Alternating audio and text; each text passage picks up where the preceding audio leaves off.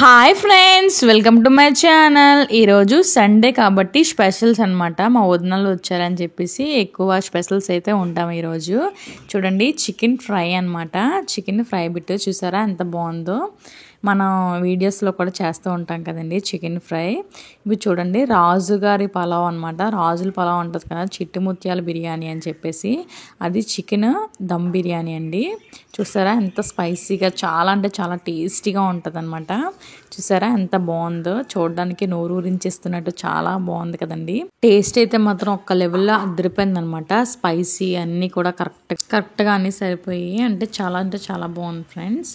ఇప్పుడు ఈ బిర్యానీకిన చికెన్ ఫ్రైకి మనకి కాంబినేషన్ అయితే మనకి పెరుగు చట్నీ ఎలాగో ఉంటుంది కదా, కచంబరి అంటారు దీన్ని.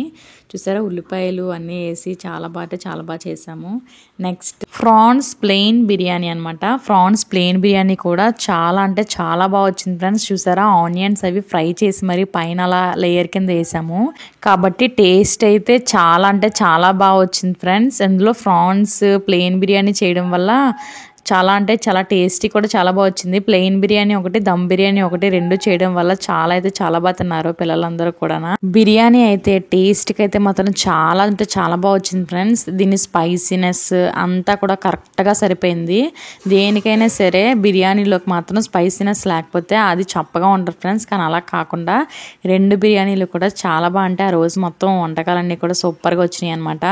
మన ఛానల్లో చూసి మీరు కూడా ట్రై చేయండి ఫ్రెండ్స్, చాలా బాగుంటుంది. నెక్స్ట్ బోటి గోంగూర అనమాట. చాలా బాగుంది, ఇది కూడా బాగా వచ్చింది ఫ్రెండ్స్.